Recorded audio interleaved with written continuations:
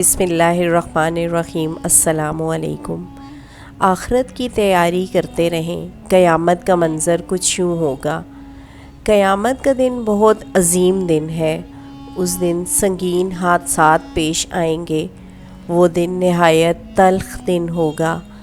ہر طرف مصیبت چھا جائے گی۔ اس دن کا شر ہر طرف پھیلا ہوگا۔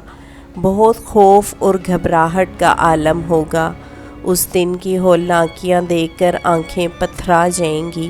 اس دن کی شدت سے دل اور نگاہیں الٹ جائیں گے، کلیجے منہ کو آ جائیں گے۔ وہ تیوریاں چڑھانے والا دن ہوگا۔ وہ دن بچوں کو بوڑھا کرے گا، حاملہ عورتوں کے حمل گر جائیں گے۔ وہ دن ٹلنے والا نہیں ہوگا۔ اس دن انسان جائے پناہ تلاش کرے گا۔ اس دن کسی کا مکر و فریب کسی کام نہیں آئے گا۔ اس دن کوئی عہدہ اور منصب کام نہ آئے گا۔ اس دن کوئی رشتہ کام نہ آئے گا۔ اس دن دنیا کی ہر چیز فنا ہو جائے گی۔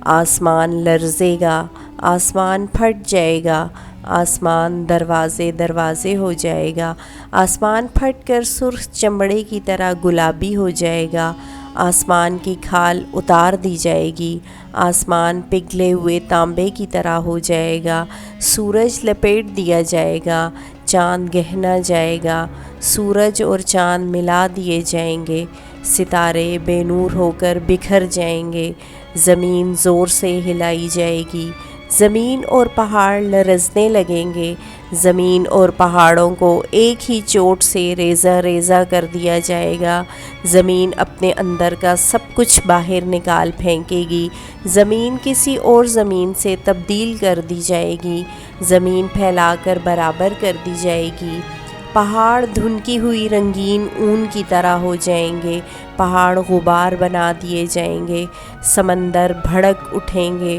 سمندر پھاڑ دیے جائیں گے۔ اس دن سور پھونکا جائے گا۔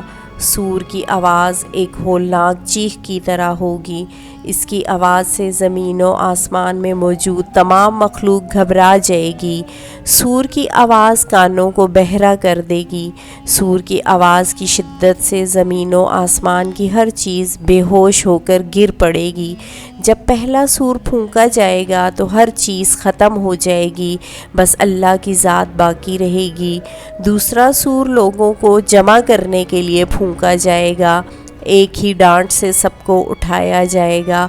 سب لوگ قبروں سے اٹھ کھڑے ہوں گے۔ اس دن اولین و آخرین کو اکٹھا کیا جائے گا، کوئی ایک باقی نہیں چھوڑا جائے گا۔ جانوروں کو بھی اکٹھا کیا جائے گا۔ لوگ فوج در فوج جمع ہوں گے۔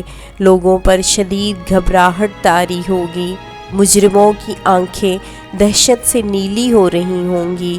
دعا ہے رب کائنات ہمیں دنیا کی رسوائی اور آخرت کے عذاب سے محفوظ و مامون رکھے اور ہمیں اپنی پناہ عطا فرمائے۔ آمین ثم آمین۔